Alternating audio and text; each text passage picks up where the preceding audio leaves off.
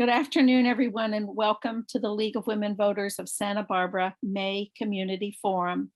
I'm Pam Flint Tambo, Vice President of Programming and Chair of the Social Policy Committee for our Santa Barbara League. And before I start, I would like to acknowledge that the land that we're on here today is the unceded territory of the Chumash people of Santa Barbara. We appreciate and respect our Chumash elders who call this place their home. And we thank the Chumash community for their stewardship and their support. We look forward to strengthening our ties as we continue our relationship of mutual respect and understanding. So a little bit about the League's upcoming events. On June the 4th, we will hold our annual meeting, and then the National League Convention is in Denver and on Zoom, June 23rd to the 26th. Our local league's new fiscal year begins in July, and our monthly forums will begin again in the fall, hopefully live without Zoom. So stay tuned for those plans through our channel voter newsletter and our website. Let us know how you like attending forums on Zoom, or would you prefer to get together in person? Lately, life has been a series of ups and downs, and we'd like to accommodate our league members and our guests going forward.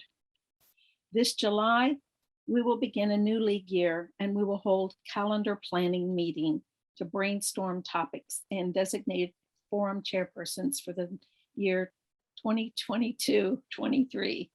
This today is the last community forum for the league year 2021-22.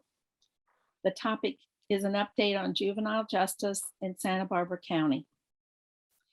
Some of you may recall that 15 years ago, a young man was murdered in downtown Santa Barbara in a gang-related homicide. Community leaders quickly came together to address some of the problems of our young residents. Several programs were started, and collaboration with the public safety departments, the sheriff, probation, district attorney, and public defender was increased and adapted, and time passed. So today we're going to hear about some of the ups and downs the past 15 years and where we are headed now with new approaches to youth justice, breaking the school to prison pipeline. Our community justice team has worked hard to pull together a lively and timely forum. A big thank you to League members Gail Osharenko and Laura Pena for organizing this forum, and also to Susan Horn, and to Maureen Earls and Larry Severance from CLUE. So now a warm welcome to our distinguished speakers, and a big welcome to our moderator, Lemaire Kyle Griffiths, the Assistant Public Defender for Santa Barbara County. Good afternoon, everyone. I am Lemaire Kyle Griffiths, as was stated, and I've been here as the Assistant Public Defender for a little over 6 months. Before I came here, I have been a public defender in Massachusetts, Washington, Oklahoma, and Kentucky, and started out my practice working with children who were pulled into the criminal legal system. And to start this off, where we started in the 1990s, a misguided Massachusetts social scientist introduced the idea of the juvenile super predator. These were supposed to be children who functioned just like adults. We were meant to fear these mythical monsters and discard their ability to grow and change. This tide began to change in the 2000s with the advent of more specific brain science, with MRIs and deeper studies around the influences of biology, peers, and adverse childhood experiences, or ACEs. We began to understand how adaptable children, even those children charged with criminal offenses, were. With that in mind, California made many changes to the law and to its approach to children in the system. Now it's closing youth prisons, and the responsibility falls on probation departments and communities to work with children in a different way. We have representatives on our panel from County Probation Department, from the Public Defender, Unified School District to show how their departments are working to make these transitions. We also have representatives from 2 nonprofit organizations working with children here to share their experience of what works, what does not, and how we can how work with our youth is changing and what more all of us can do. So I want to give our panelists an opportunity to briefly introduce themselves and describe what they or their organizations are doing in the work with children in our community. And I will start that off with Holly Benton. Good afternoon, everyone. I'm Holly Benton. I am the Deputy Chief Probation Officer with Santa Barbara County Probation. Currently, I'm over the Adult Division, but from 2018 to 2021, I was over the Juvenile Division. I have about 32 plus years of probation experience, 28 years in San Bernardino County, and then 4 years in this county. I came here in 2018, as I said. Our agency, as I think most know, runs a number of youth programs and supervises youth in the community, and is also responsible for both the Juvenile Justice Center in Santa Maria and the camp, which is currently open up in the mountains. And we engage with youth and do a variety of types of interventions with youth ages all the way 12 to 25. Thank you. JP Herrera. Yeah, thank you for having me, first of all. So I run a nonprofit called Alternatives to Violence Project, working in South County with youth who might have gotten in trouble in the school system. I work with seventh grade to 12th grade, but we also have volunteers in the community as adults that participate in those workshops. Our previous participants actually become facilitators and co-run the workshops with us, addressing a lot of the issues and a lot of the life circumstances that somebody is going through, and we try to help them get back on track. Juan Higuera. Yes, good afternoon. My name is Juan Higuera. I'm an attorney at the Public Defender's Office. I originally started with the Public Defender's Office in adult criminal courts, representing adults that were accused of committing offenses. I've transitioned over to a juvenile practice where our office is appointed to represent any minor that is brought before the court and facing allegations of violating the law in some way. We call it the delinquency court. Prior to becoming an attorney, I used to be a teacher in Eastern Riverside County, where I taught middle school history, and our population base was largely a population of dramatically underserved students who are experiencing poverty, immigration concerns, and other factors that contribute to instability at home. I want to thank the League of Women Voters and all the organizers of the event for giving me an opportunity to be here and speak with all of you. Fran Wagner.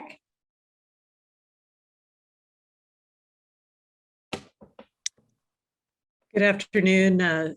Thank you for having me here today. Thank you for having all of us.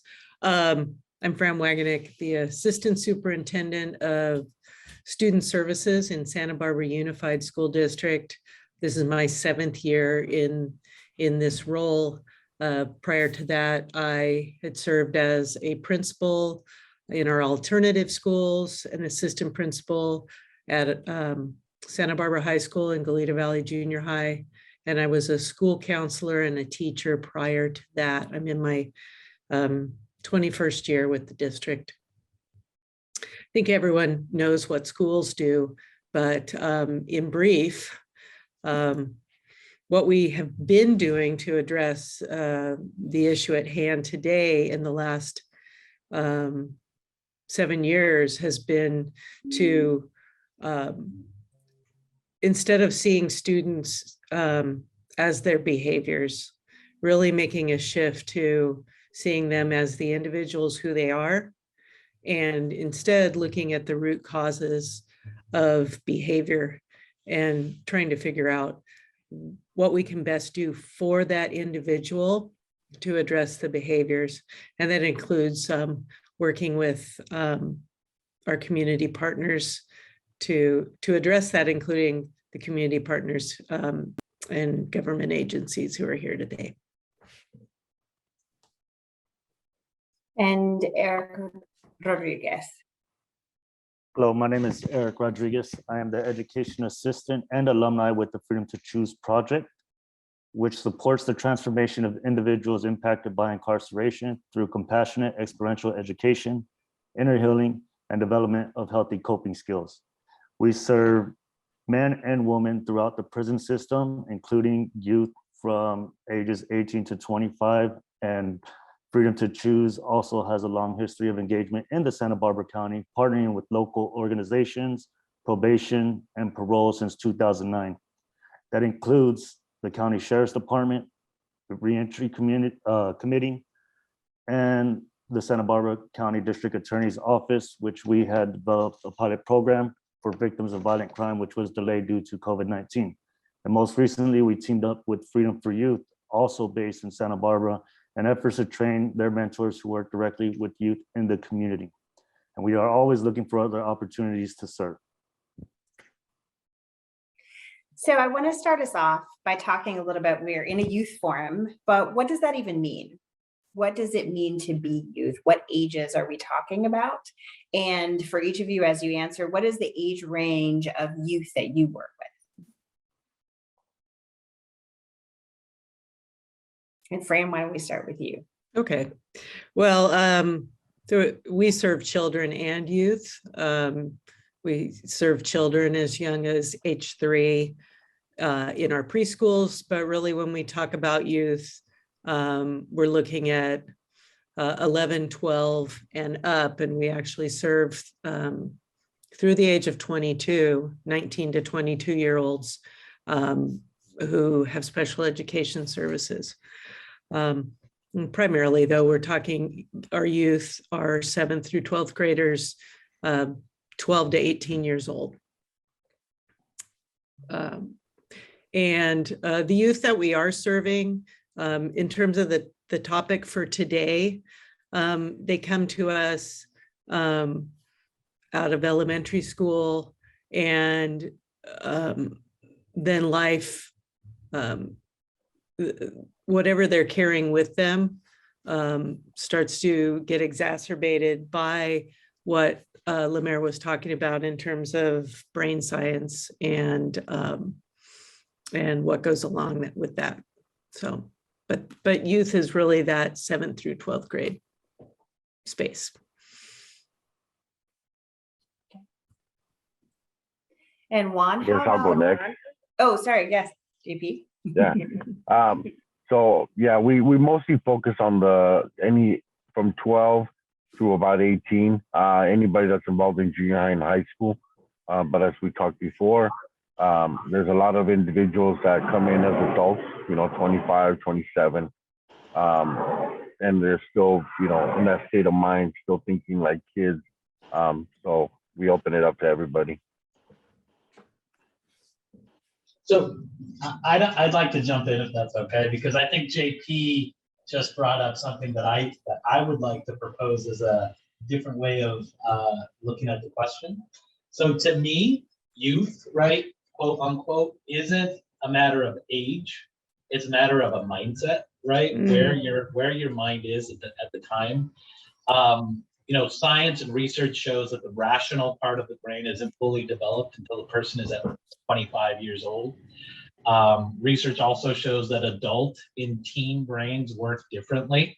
Adults think things through with the prefrontal cortex. That's the rational part of your brain, whereas teenagers think things through with their amygdala, which is the emotional part of the brain. So oftentimes when we see kids do things that don't make sense, or to us as adults, it seems a little funny as to why they would do certain things or act in a certain way, it's oftentimes because they're legitimately thinking or looking at situations in a way that's completely foreign to us as adults with fully formed brains. So to me as an attorney, where we're dealing with people that are accused of violating a law in law school, we're often, or one of the first things that we're taught is to analyze a person's mens rea, right? Their intent of why they did a certain act. We're dealing with folks in the adult world that oftentimes, for whatever reason, might not have a fully formed brain, and their brain operates in the same way that a child's does. Sometimes as criminal attorneys, we're dealing with adults that have a thought process or a thinking pattern of as young as like 6, 7, 8-year-olds, and they're being held to the standard of adults with fully formed brains. So to me, the term youth is a bit of a misnomer. It's kind of a construct that isn't necessarily, at least legally, based on what a person's thought process is, how old they are truly in their brain. But we have this idea that once you're 18, you're an adult and you're free to go out and live your life and expected to operate within the framework of a full adult, and that's just not the case oftentimes. And so me as an attorney working with youngsters and juveniles, to me, youth isn't necessarily how old a kid is, but where they are in their maturation process and a brain development standpoint. So I'd like to sort of redefine the way that we think of youth and in that way. I can piggyback on that just a bit, if you would not mind. In the juvenile justice system, one of the tremendously frustrating things over the years has been that magical 18-year-old cutoff, where suddenly youth are expected to, be independent and functioning adults and be mature and be able to handle life on their own. The foster care child welfare system came to this realization much faster than the juvenile justice system did, although they lagged behind as well, because they began to implement things like extended foster care so that youth would not, kind of fall out of the system at age 18 with no supports. And some of those supports apply to juvenile justice youth as well. But, the legislation is very slowly catching up with the understanding that when you turn 18, you still need all the same supports. You still have the same impulse control problems that you may have had when you were 15 or 16, particularly for some of these youth that have many, many unmet needs and do not have as many supports as you may see, with a better functioning youth in the community who, is ready to go at 18. Some of these kids are just not those kids. They don't have the supports. They have not necessarily had the functioning family that they need to help kind of launch them in that direction at age 18. And so, we see a spectrum of youth. We say age 12, which is the age at which youth can actually enter juvenile court. But, that's the pool of people that, we're looking at to help meet some of those unmet needs in the community, so that when they get to age 18, 19, 20, 21, they're a little bit better equipped and better prepared. Because what we see right now is 18 is definitely not the magical cutoff. Neither is 21, which is another sort of arbitrary cutoff that has been established in the law. Again, you're going to have, a number of folks who are in the system who are not ready to go at 21 either. And brain science just tells us, all the way up into their mid-20s, some of these youth are going to struggle and have problems. Yes, and in addition to the brain science and what Holly and Juan just spoke about, we also have, if you couple that with the consumption of alcohol and other substances, this also stunts your brain development. And if you add the constant threat within the institutions that our youth is being placed in, whether it's juvenile facilities and even the prison systems, like really restricts the access to higher levels of thinking and keeps them in the emotional part of their brain by also constantly having to level threat assessments out of fear of their life, peers, and everything else, which really prevents them from developing the healthy coping skills and ways to communicate with each other and society at large. Which in part, a lot of the youth that we serve, we serve men and women from all ages, and particularly the young men that I experienced mentoring while incarcerated from 18 to 25. It was just like a true testament. They're operating at a teenage level and even older, like if they've been arrested since they were 16, 17, given life sentences, and they're 30 years old, they're still operating as the teenager that they were when they committed their crime without the assistance of optimal programming and support resources. Thank you all for adding those pieces, and I especially appreciate the discussion about the use of alcohol and substances at early ages. And there's also the piece, of course, of, you know, our other institutions, right? Families, lack of support, trauma that has occurred in childhood, early childhood, and other childhood experiences that really has an impact on how a child sees the world and operates in it, and tries to keep themselves safe. I wanted to, in thinking about that and our expanded view of youth, what are some of the ways that we were dealing with youth in the past that we've had to step away from at this time with this new understanding? I think Holly, I'll start that one with you. I think one of the mindsets that has been sometimes difficult to shift for those who, you know, were kind of bought into that super predator narrative of the past is that detention is accountability and accountability is detention, right? Those, you lock those kids up and teach them a lesson, right? You got to show them how the real world works. But what we know is that detention is actually harmful. That it actually increases the chances that a youth is going to be drawn deeper into the juvenile justice system, that it increases their risk of recidivism, that it disrupts their natural supports, it disrupts you know, their school, if they're going to school, and whatever they may have had happening in a pro-social way with their friends and their family. All of that just sort of goes out the window when you lock a kid up, and it spirals downhill from there many times. So kind of moving away from that kind of old school deterrence, you know, mindset, and moving into the understanding that trauma and other, you know, unmet needs for youth inform behaviors, right? And not criminalizing behaviors and not giving citations for behaviors, but trying to actually target in on what are the unmet needs? What are the things that need to be specifically addressed for this youth and this family, you know, pulling the family into that discussion. And sort of changing the mode of dealing with what we see as behaviors, you know, that have to be held accountable. You know, you have to shift the narrative, and then you have to actually take the action to shift how youth are being worked with and what supports are being given to them, you know, to change those behaviors. Yeah, and I know some of what we heard, you know, in the 90s, even in the early 2000s, were phrases like zero tolerance, and, you know, as you said, like go to detention, just one night will learn them, something like that. How did those play out as far as dealing with children and youth?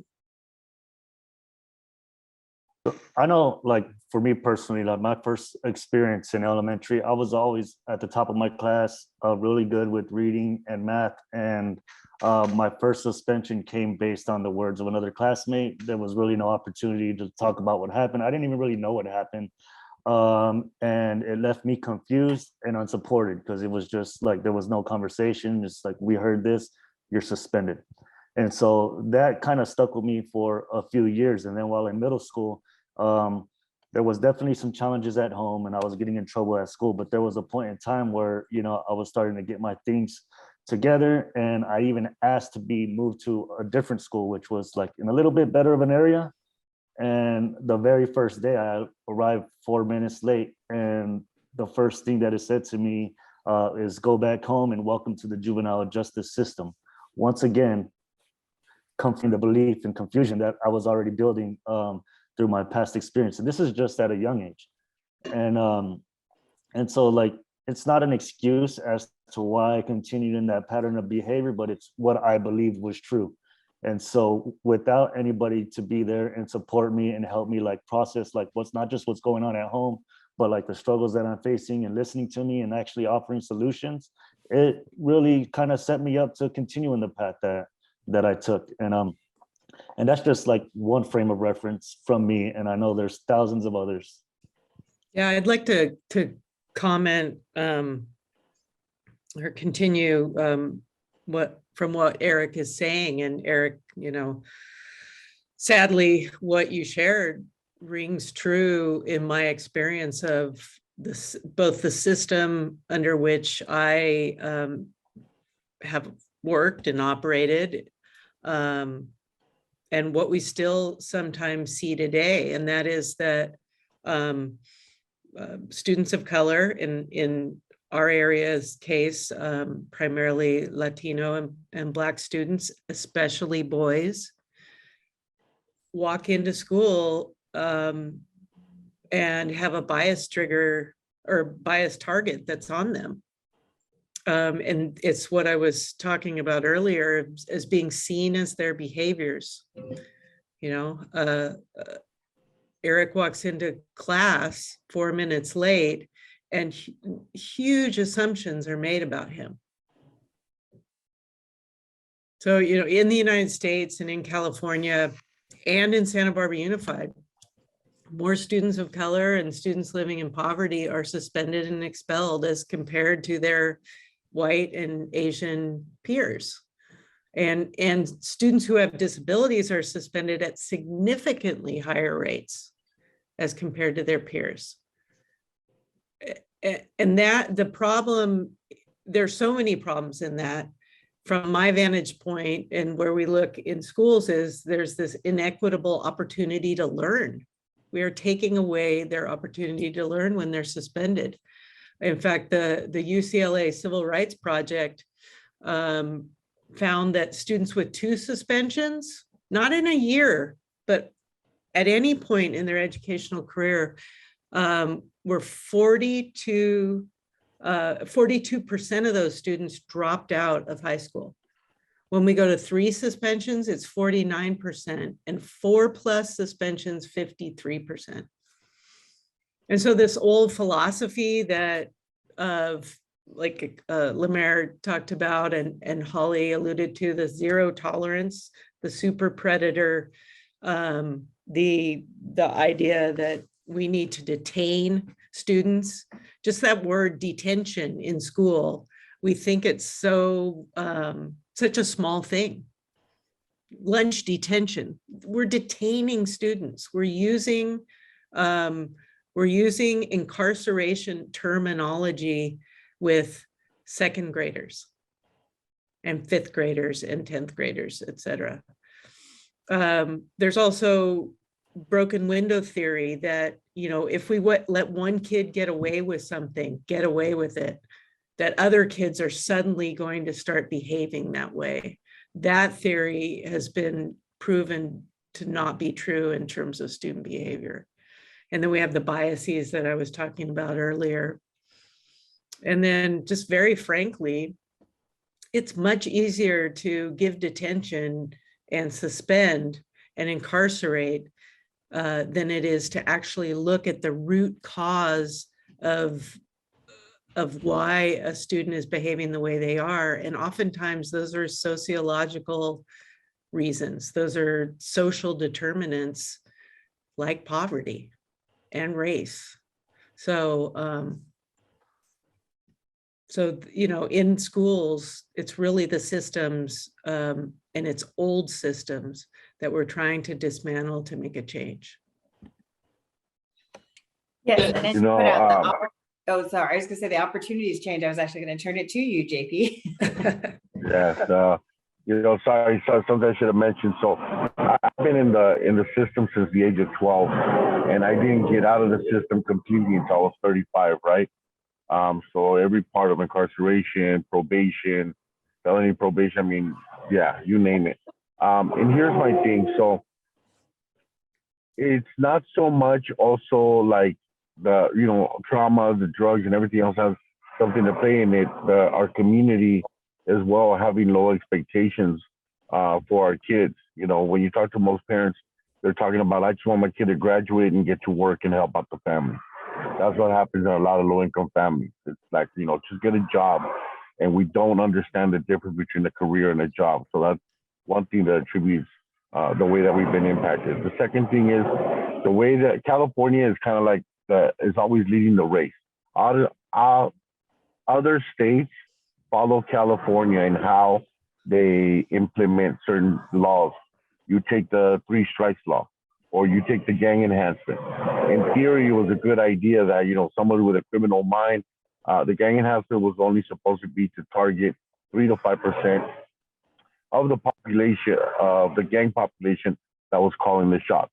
As soon as it was passed into effect, the state of California came back, said that gang violence has risen by 500%. So instead of just implementing it on the 3 and the 5%, they implemented on everybody in our community.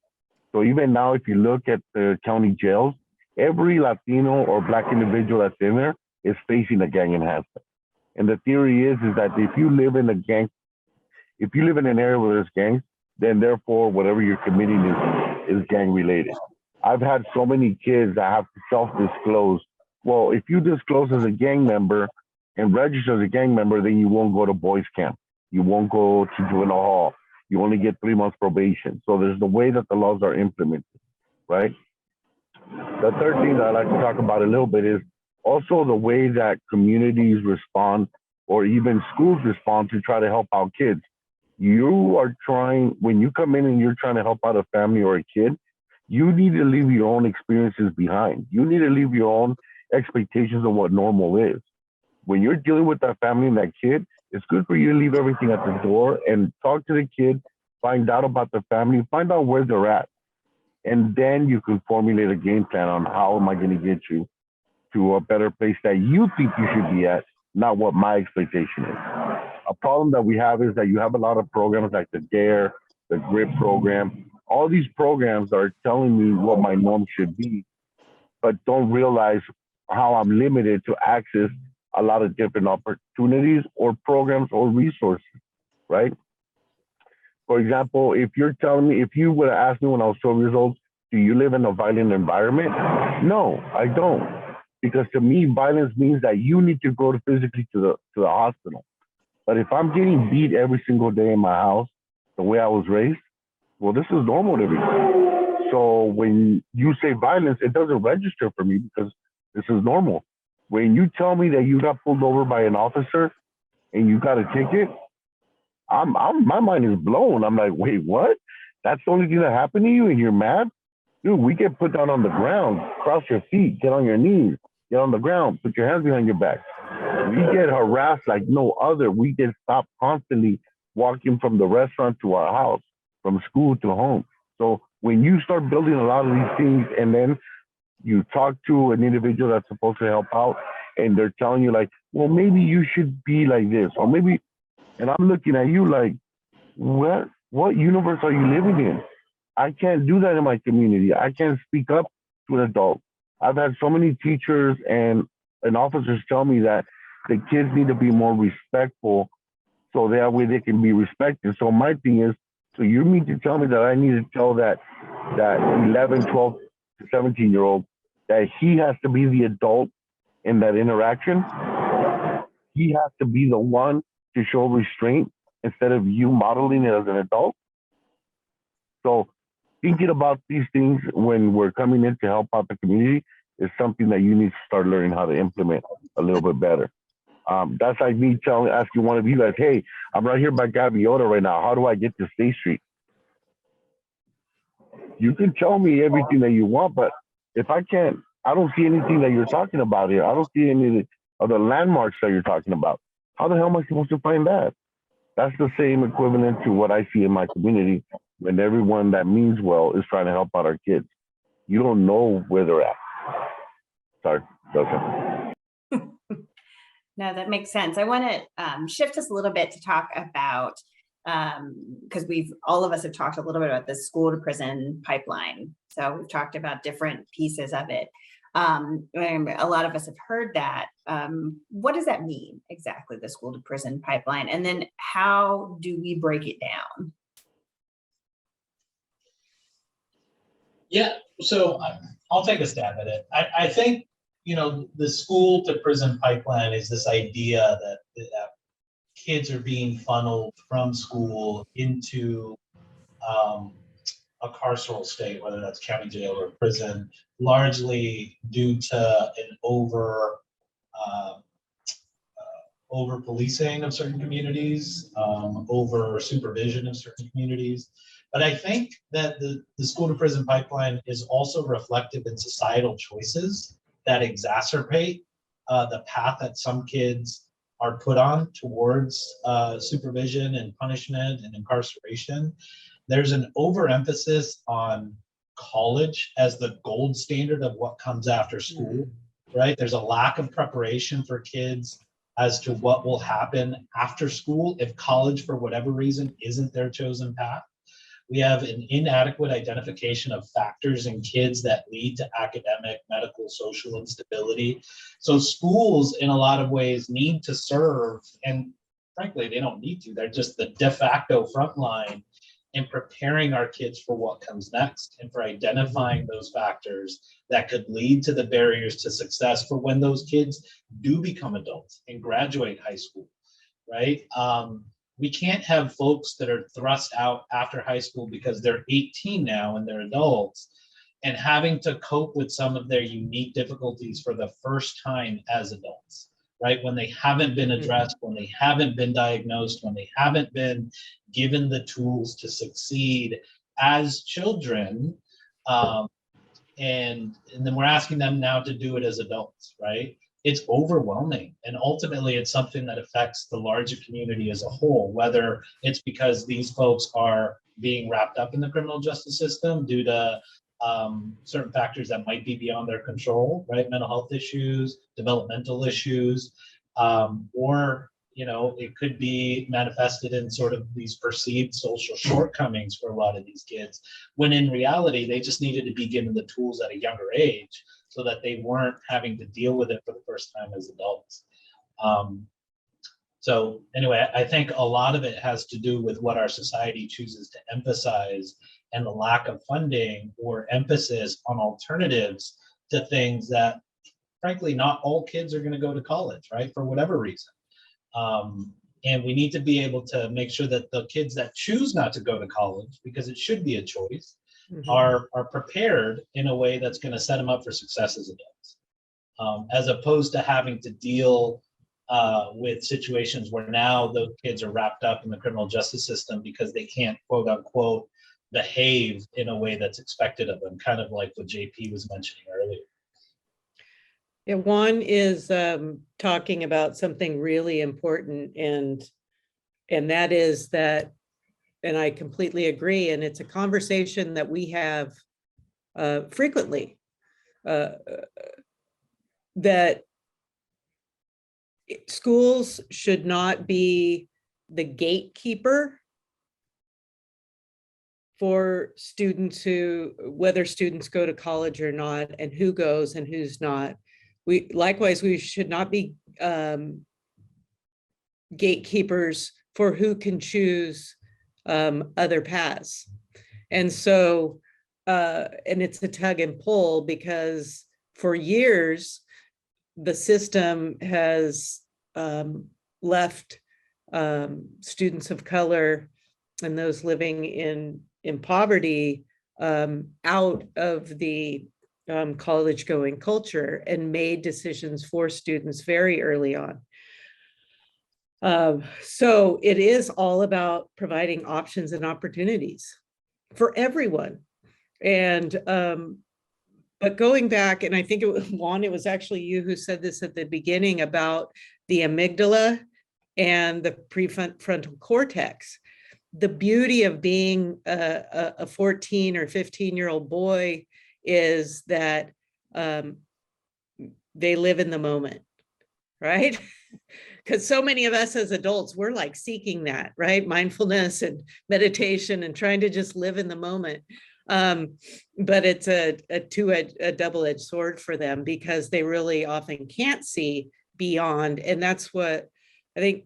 I don't want to put words in JP's mouth, but it was the guideposts. They either don't see the guideposts or the landmarks because of their own experiences and life experiences, but also because the amygdala and the emotions are driving them. And so it's really hard to imagine what life could be like in 2, 3, 4 years. So what do we do in schools to prevent the pipeline, to cut off the pipeline to incarceration? That's to work with them and provide them opportunities in social emotional learning, mental wellness, but also academics and identifying any barriers to academic success. It all works together. You have to do it all at the same time. And that's the big thing that Santa Barbara Unified has been working on, is opening up options by addressing the needs of each individual. I want to be a little clear, because I don't necessarily want to go down to saying something that I didn't intend. But what I'm not advocating like any sort of tracking, right? So Right. I'm not saying that kids should be identified and said, college isn't for you, or you're more of a grades kid or something like that. That's not what I'm advocating for. But what I'm saying is that the kids need to be able to be given the opportunities to make that choice for themselves. And at a certain age, when they're in high school, they might make the decision that, look, right now, further collegiate education isn't for me, but I'm interested in working on cars, or working on, what it might be to start my own business after high school or something along those lines. So that's kind of what I'm advocating for. But Fran, what you were sort of brought up was this, this idea of making sure that kids are able to recognize some of those goalposts or the posts as to, which direction they might want to take. And I think that's incredibly important. But part of that ties into the question that we were talking about earlier, is why did the old ways not work, right? Because there was this movement of quick to judge, quick to punishment, right? You diagnosed a problem, Eric being late, and instead of asking Eric why he was late, right? It could have been factors that were completely out of his control. They automatically assumed that it was some sort of character flaw in Eric for being late. Whereas if they sat down and asked him, why were you late? Maybe he lived far away. Maybe there was an issue of him that caused him to miss the bus. Maybe his parents couldn't provide reliable transportation, or whatever the case might be. It's asking why and diagnosing the underlying issue to address that, right? As opposed to saying detention or punishment is going to teach this kid to behave differently, when really the underlying cause is still the underlying cause, and it's going to be there unless it's adequately addressed. And so for a lot of these kids, it's making sure that they can recognize those goalposts, but they need to be given the tools to do so. So anyway. Yeah, I think too that there is a once you have a youth that actually has those behaviors have started to surface, and they may have been cited, and they may have found themselves in juvenile court. One of the difficult things is that there's an expectation of perfection, right? You have a kid who has low impulse control. Teenagers at the best of times have trouble following rules. And so now we give them, a long page of terms and conditions that they're expected to follow perfectly from the court. And, this is a kid that probably has trauma and probably has a number of issues that could include family issues, language barriers. There's just a lot of things. And to expect those kids to be perfect is not going to happen. But what has sort of historically happened is, if they can't be perfect, then we start doing technical violations, right? We start violating them, and now they're back in custody. And this is another way that sort of school to prison pipeline gets perpetuated, is for those low-level offenders is what we're really talking about. We're not talking about serious violent offenses. We're talking about, behaviors for the most part. And you can't expect perfection. You have to be able to, sort of hone in on what's causing the behavior, and let's figure out how we fix this, right? What are the root causes that we need to address here? And that sometimes has been a piece that's been missing in interrupting the flow of, the citation to detention to, now we're at a much more serious phase of this process in the court. So. Yeah, thank you all. And I'd like to shift this a little bit to talk about, what are some ways that the different spaces that we are part of have been successful in disrupting this? How have we, stepped in and changed either? I appreciate, Ali, you were talking about, even some of the language, I think, that we use around children and children who get brought into the legal system or get brought into, various other sort of punishment or previously punishment-based spaces.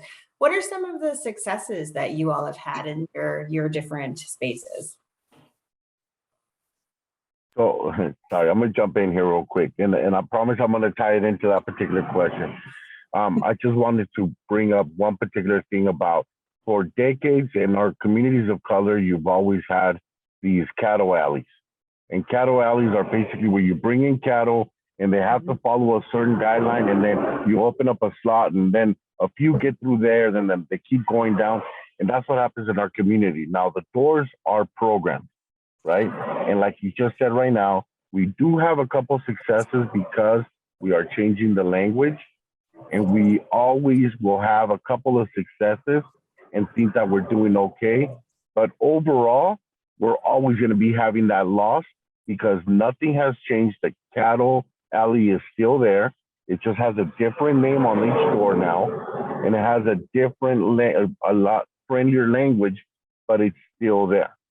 So one thing that I would like to say is the way that we hold, we can be in Santa Barbara, we can get rid of poverty, we can get rid of the gang issues, we can get rid of the violence. There's so much wealth here, and there's so many well-intended people that work in every organization. That is a fact. The problem that we have is that we're scared to saying, you know what?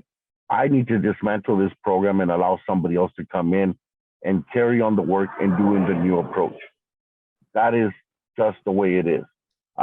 You have a lot of programs, a lot of money that comes into the community. The boys clubs. The boys clubs get so much money for working with at-risk youth and gang violent kids, but yet they won't let the gang kids into the boys club. You have so many programs. PAL has a lot of great programs. Mechanic, great programs, but you have to have a certain grade point average. You have to be like the 3.0 grade point average. You can't ever have been in the system. You can't be waiting to be going through a case in juvenile system or anything else. But a lot of people are not aware of it. So when we're talking about successes, let's really have a conversation on what does success mean. Does it mean for a certain portion? Because again, if you let the community go through the cattle alleys, they always say the same thing to us. Well, one of those kids made it out of the project. Why can't the rest? You know what I mean? And they always use that for us to be measuring ourselves. So in our communities, it's acceptable to know that 40 of us are not going to make it, but one of us is. And we should just be happy with the fact that that one made it out. And if you look even in the media, you'll have kids that come out in the media have done something horrible, and they're like, oh, well, that kid belongs to this particular program. Yeah, but that kid got all the resources. That kid was on probation, part of law enforcement, part of everything else. Nobody wants to take credit for the bad kid, but everyone wants to hold up the poster kid that was not at risk and saying, he's a person of color, he made it. So our community needs to be more aware, more educated, and hold a lot of these nonprofits accountable. Because like I said, I love my community. I love Santa Barbara.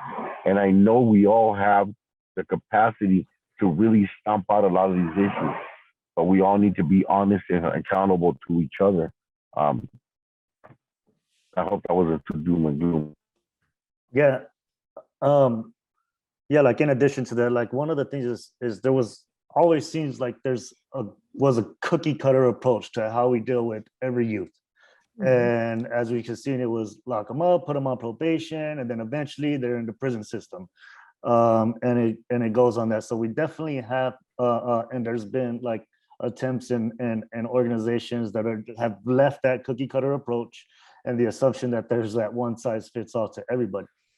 In my experience, throughout, I served a 15-year to life prison sentence, and by the grace of God, I was able to earn my freedom and come back into the community. And throughout that time, I also participated in 3 separate youth diversion programs that brought in youth that were getting in trouble in school. And it was a completely different approach because we weren't there to scare these kids straight. What we did do is we had real conversations. What led me to finding it acceptable to commit the crimes that I was committing.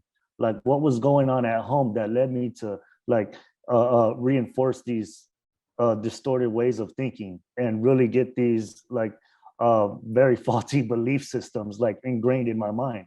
And so being able to have those conversations with these youth and share my story, what led me to find those things acceptable, to be involved with gangs, to sell drugs, to do all the things that I was doing that led to my incarceration, and taking ownership for them, because ultimately I was the one making the decisions.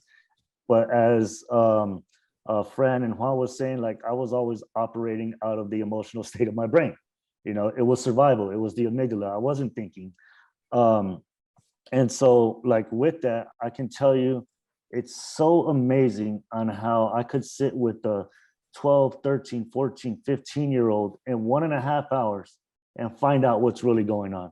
Finding out that his father's doing a life sentence, finding out that his cousin's his role model that's selling drugs and that he wants to be cool, and looking at all these different things that's going on in this person's life that's contributing to the behaviors that he is showing. And without the opportunity to sit there and have that conversation, I mean, the patterns are going to continue. And that's where we're starting to, go in. We're starting to sit with it. There's plenty of organizations that want to, that have the heart and the dedication. And I would definitely say a big part that's preventing it is the funding, is because when it leads to locking people up, there's plenty of funding for that.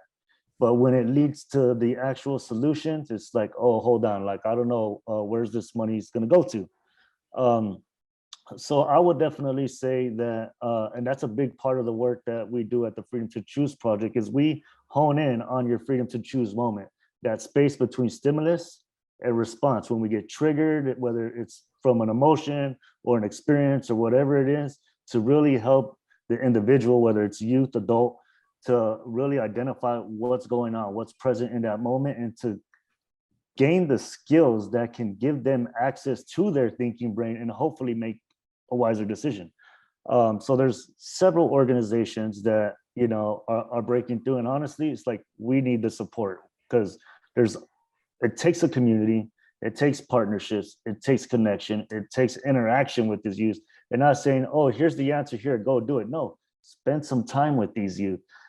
Take them to a baseball game, get them some baseball gear, get them their registration food, like, help them get involved with community things. And I could definitely, at least from what I hear, see there's a lot of good things that are starting to happen, but we really need the support from each other in the partnerships. Can I just say real quick, the best programs that I've seen have the most impact in my community have been the programs that have teams in leadership positions to talk and help other youth navigate through the system. Yep.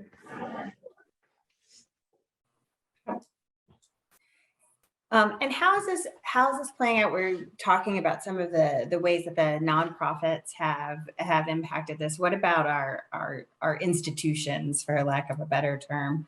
Holly, I'll throw this out at you first. Like, what changes have there been or are ongoing in the probation and sort of youth camp arena? Many. Back in 2017-ish, Chief Heitman actually said, we really need to look at the outcomes, that we're having for youth and see what the data is actually telling us, to get sort of away from the anecdotal, what we all might be feeling, and really look at what the outcomes were. And we could see that we were trending in the wrong direction in a number of areas. We had a large number of technical violations. We had a large number of misdemeanors that were in custody. We weren't doing diversion, or not enough diversion, I will say. There was some diversion happening, but there wasn't any formalized structure for diversion in the county. And so, we shifted our approach and went to a positive youth development approach, which is really about building on assets, building on positive supports, pulling the family in and engaging the family much more than had previously been done, incentivizing behaviors, trying to give rewards instead of focusing on the negatives and the deficits as much as possible. And, as those conversations began to evolve, we started to see changes.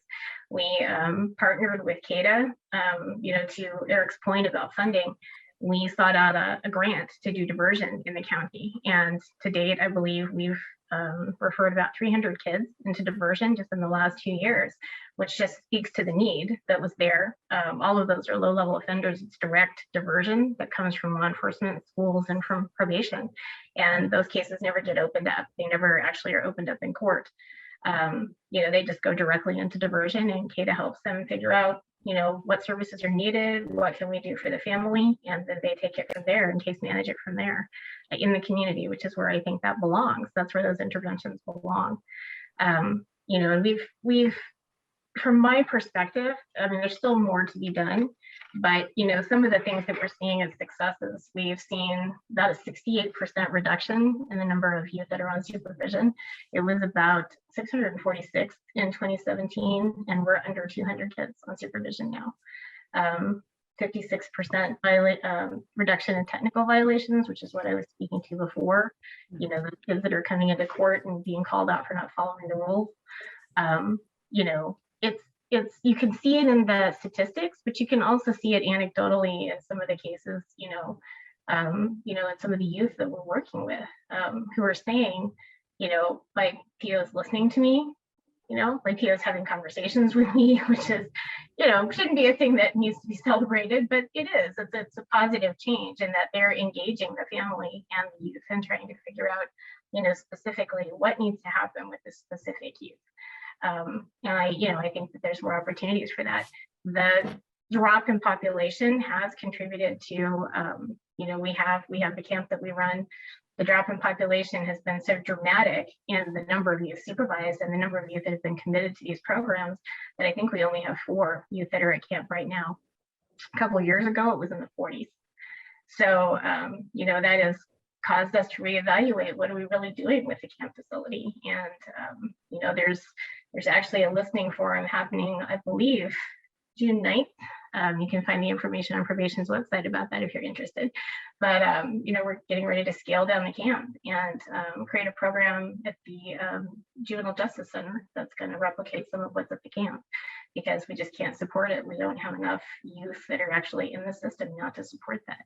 So all of those, closing the camp, has its own downsides, but it just speaks to the sweeping change that's happened in the system that has just reduced the number of kids that are in the system. Yeah, I'd just like to add briefly on that. I was, so this past week, I was up in Santa Barbara and I facilitated a mentor training with the Freedom for Youth, and it was scheduled. There was a leadership conference at Los Prietos. And so one of the things as well that's making it very challenging is you have men such as myself that have records, that it's fully disclosed that I have a record, and yet I can't get a clearance to go in. We went through this whole live scan process, and then finally at the end, it was halted and I was unable to go in. And that's not just with me, that's just like across the level. They make it so difficult for programs. And I personally think that closing the boys camp is not the solution. If anything, sending more there, because juvenile halls are way more restrictive in getting volunteers and people to go inside, and then let alone supplies and other things like that. And so that's just like one of the things I commend, the efforts that are being made. However, there is definitely more things that would make it easier, for that way the organizations can have these ways to be able to support instead of a lot of red tape. I would just encourage anybody who's interested in the process of what's happening with the camp and how that's going to play out. That stakeholder discussion on June 9th, I think, is a good time to lend your voice to that discussion. And so it is a community forum and it's a virtual forum. So anyone who's interested can join that forum and speak about it. Thank you. Well, Holly, thank you for being so open about all that information. I really, commend you on that. 2 other resources. One of them that was done at the boys camp was they're called neurofeedback, and that helps out the kids with a lot of their trauma, a lot of their medication needs, anxiety, and everything else. So that's been shown to work. So that's something I suggest people look into. The other thing is restorative justice. We use restorative justice with shooting, stabbing, gang-related issues amongst the neighborhoods, and it definitely works. And the problem with it is that when our community of color does restorative justice, they call it politics. You know what I mean? I'm certified in restorative justice, but when we do it, it's called gang politics. So that's something that we need to really advocate. I know there's another program out there that was with Tara Hollingsford's group, and I hope that the DA and everybody else would be willing to give it a chance to let them do their thing, and you'll see a large drop in the violence and the way our community gets integrated back into each other. So, yeah.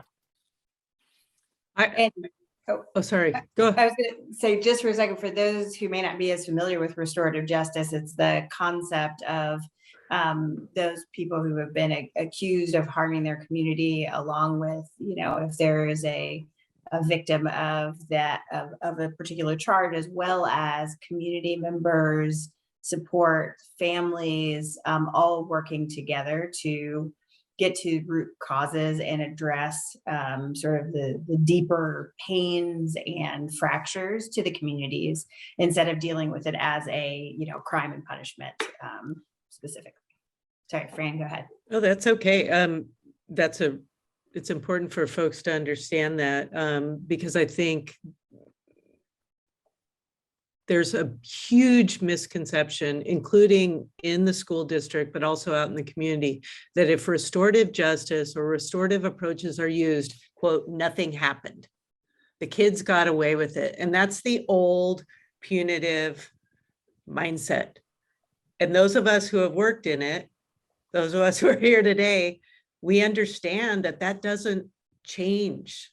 That doesn't, because it doesn't help the youth. And it's, so thank you. And it does need to happen. I'm so excited that the Tara Holland-Ford Teen Legal Clinic is jumping into that. I am so thankful for people like Eric and JP who understand and are able to facilitate restorative circles in their communities. Because there is a huge cultural piece to it. I'm trained in cultural or in restorative approaches. But for a 56-year-old white woman to go into that community and try to facilitate a conversation between a group of families, I'm just telling you, it's not going to work, or if it does work, it's not going to be as successful. And it's really essential that it goes back to what JP was talking about understanding, understanding people and understanding the cultures. And I think it's really important that for the schools, we need to work with the community and have the community work with us, because a lot of the issues that come up in the schools originate in the neighborhood, out in the community. And so I'm hoping, I'm retiring June 24th.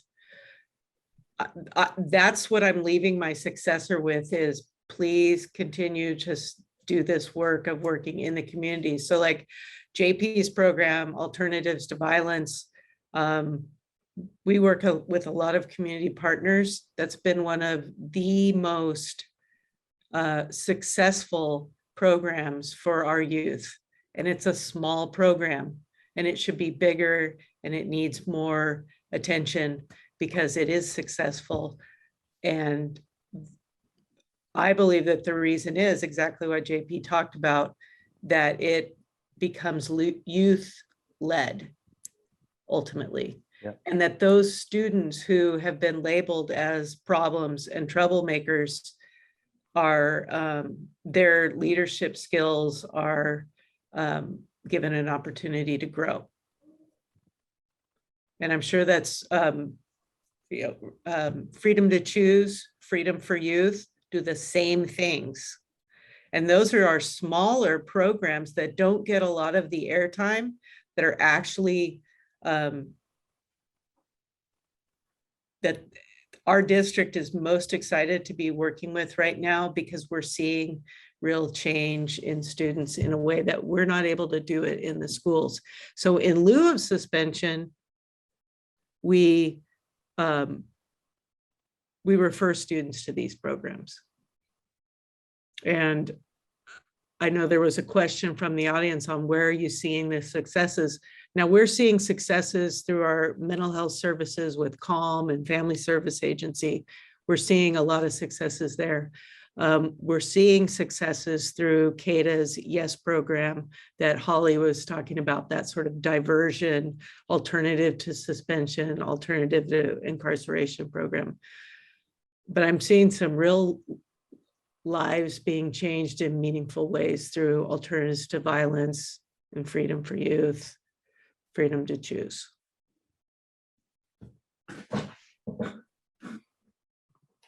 And, Fran, as you were talking about the sort of the different approaches and working with the community, working with some of the different organizations, what, if any, sort of impact have you seen as far as, school behavior? Well, I always look for recidivism. And again, that's another carceral term, right? But it's like, did this have an impact on the student to the point where their behaviors, we aren't seeing the negative behaviors or the maladaptive behaviors anymore? So we look at that data, that's huge. And when we first started working with AVP, for example, that was the thing that jumped out at me when I ran the data, was students weren't having additional suspensions for fighting or threats of violence. That's the outcome we wanted, but we were also seeing increase in school attendance. We are seeing increase in grade point averages. So it also had an academic impact as well, not just a behavioral. So, yeah. Thank you very much. I wanted to talk a little bit about also mental health and how that is impacting the youth in our community. And, what can we be doing as a community to try and help address some of our children that are living with diagnoses and these other issues.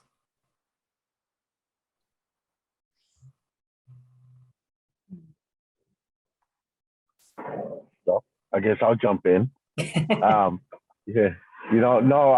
look, I really appreciate all the programs that are out there, but I think that's one of the downside right now is that we don't have enough programs or counselors or services, especially in that arena, especially people that are, of the same background or that can speak the language. That's another barrier as well. So I think we can do better in that. And then the other side of it as well is being able to communicate with the Latino community that it's okay to admit that you need help in that sense. I can't tell you how many parents I have to deal with and explain to them that mental health is a real thing, that there is such a thing as, being depressed or not feeling good about yourself. I mean, a lot of these parents, when I'm sitting there trying to explain to them in front of their kid, and all they're saying is, oh, come on, all you're doing is you're spending too much time thinking about it. Just move on or stay busy or that. And it's like, no, that's the real thing. So even once you're able to convince a parent that is such a real thing, it's okay, where do we get the resources from now? So yeah, I'm constantly looking for my program. I've started to refer to private practices and try to work out deals with them. If you can take on this particular kid and work out a deal somehow. So yeah. I would echo what JP is saying. Yeah, there are, so in grades 7 through 12, we've had nearly 800 referrals this year so far. And we've been able to serve about 350 of those students. We have a wait list every year. I mean, schools, I think, are really carrying a lot of the load for mental health services in our county right now. But I will say that there are things coming down from the state that are hopeful that we'll be able to increase the services. However, we really need some of our other agencies to step up and make mental health services more available and not, but the problem is we have so much bureaucracy and red tape that goes along with it. It's really heartbreaking. We have a youth right now who, I don't want to break confidentiality, but I can say that has had nearly 10, close to 10 suicide attempts in this school year alone. We have no psychiatric beds in this county. The student very often, there have been no beds for her to go to in the state of California. And it's gotten to the point where we are afraid. We've been afraid for a long time, but we just wonder, how long before we lose her. And I'm sorry if that sounds a little hysterical. Yeah, I use that word. I'm a woman. I use the word hysterical, but it's at that point. It's that bad. We have a public health crisis in Santa Barbara County, and we're not the only county in terms of youth mental health. I turn off my camera just because it's a hard thing to deal with. The frustration level for some of these kids. I'm going to bring up a case with the last homicide that happened on the east side. That particular homicide, you have a kid that killed another individual that was driving by. And that kid was one of the survivors of the first homicide last January. And that kid and his mom did everything possible to try to get help. They went through every agency, they went through every resource, jumped through every hoop, looking for mental health services, and nobody was able to provide anything for that particular kid. That kid was suffering from PTSD so bad that he ended up reacting out of fear and not being in the right state of mind, ended up killing another individual. And we like to attribute it to gangs, we attribute it to everything else. But in reality, like I've told a lot of my partners in the community, that was all on us.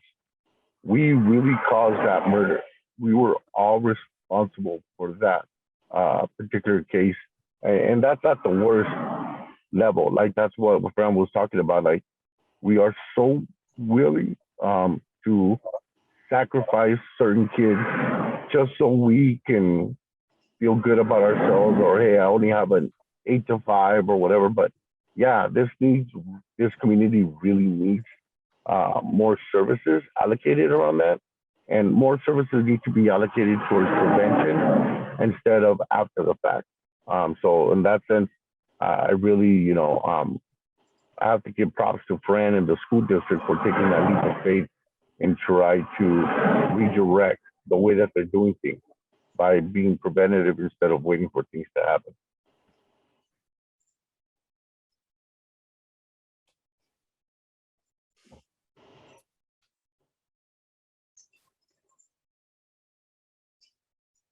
And then very quickly, because I know we don't have a whole lot of time, but I wanted to end us on, what can we as a community do? What should we be putting ourselves out there to do?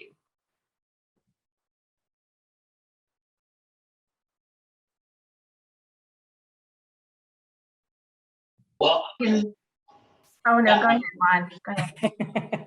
yeah, no, I think that's such a loaded question because there's like like so much that needs to be done and should be done. But I think at just a base fundamental level, especially when dealing with our kids and specifically kids that are being wrapped up in the juvenile delinquency system and then potentially later in the adult criminal system, is to understand that punishment for the sake of punishment itself isn't something that works, right? That there's a difference between accountability and punishment.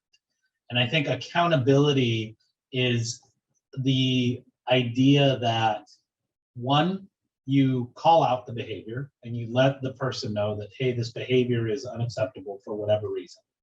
But accountability also requires that kid to then address the issues that led them to behave the way they did in the first place, right? To truly address the cause of what brought them either in the criminal justice system or in the school context, in the disciplinary system or framework, and really address those issues to the extent that they can. And where they can't, that's where the community needs to step in and fill in the gaps that kids maybe don't have access to for cultural reasons, for economic reasons, for education reasons, whatever it may be.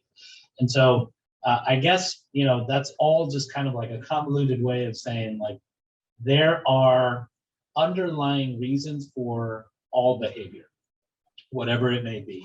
And so as a community, we really have to dedicate ourselves to really hold our elected officials, our nonprofits, to really address those issues and adequately fund it, right? I think Fran mentioned that there is a lack of psychiatric beds in our community.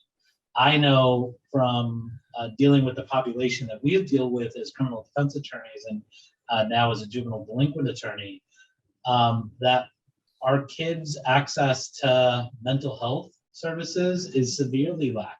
Yeah. Right? And the number of programs that are out there is not enough. And so our community really needs to hold those elected officials that decide where money is diverted to task and call for the money to be funneled to areas that are of need, not just more police. I'm not saying that police shouldn't be funded, but we need to fund the services that are going to prevent kids from getting wrapped up in the first place. Mental health, adequate alternative opportunities after school, right? Different things that our kids need so that they're not brought into the system to begin with. And that starts, like JP said, from a funding standpoint. Right? We could have people that have all the good intentions in the world, but if they don't have the resources to get things off the ground to truly start serving, then it's all for naught. For anybody that likes the accountability of the justice system, I just want to leave you with this. Since I've been involved in the justice system at the age of 12, I never saw my victims, or I've never seen the people that I impacted. It was always me against the state of California. So it automatically took away the victim, the people that you affected, the circle, the community, took everyone away. So now it's a fight between me and the state, period. Restorative justice is one of those things that it puts you in front of the person that you have hurted and their immediate circle. There's no accountability more powerful than that. You know what I mean? When you have to face the person that you really affected and their circle, it does something to you. It holds you more accountable than if you would have sentenced me to 15 to 20 years. Yeah. You know what I mean? So just think about that. If you really want that accountability, that is the best way to go about doing it and getting it. I second that.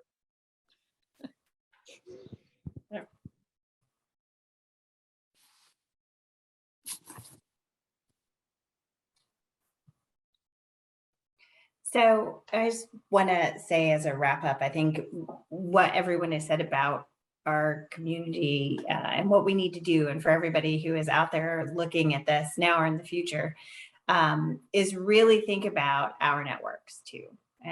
We are all part of this community, and we all have people we talk to, people who listen to us, people we can shift this. And as all of our speakers said at one time or the other, so much of this is about the language we use, how we are viewing people, right? These are people, they're little people, perhaps. There's some of them are large people, but young ages and young brains. And the more that we put labels on folks and take them away from that person status, and is exactly what keeps us stuck here, and keeps that pipeline from school to prison still going. So everybody, you know, the people you can talk to, the people you can persuade, those are the things that you can do. The boards you sit on, these committees that you've been a part of, like this is exactly what is needed, because that's what addresses the funding.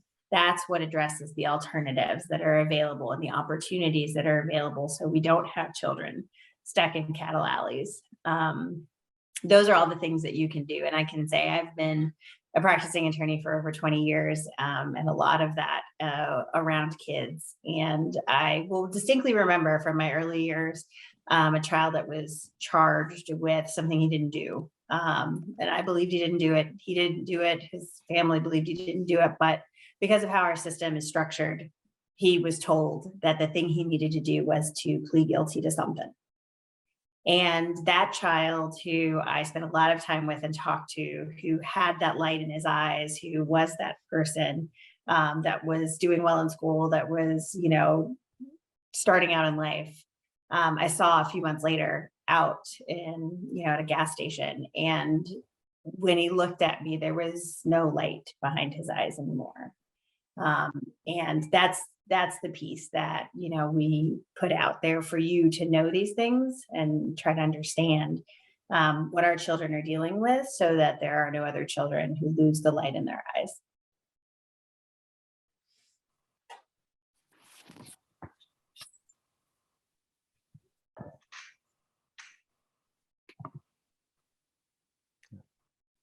Well, if nobody wants to say anything, I have one last thing to say then.